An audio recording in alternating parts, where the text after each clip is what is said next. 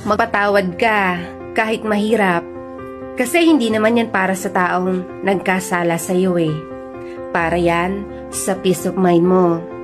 Ang pagpapatawad sa mga taong nagkasala sa iyo ay tanda ng pagiging matatag at pagbibigay ng malaking pabor sa sarili mo.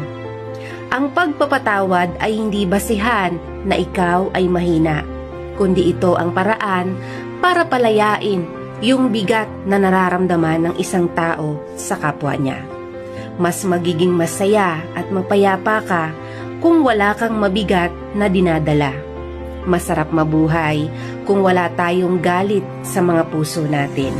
Bagamat hindi natin ito naiiwasan dahil tao lang naman tayo.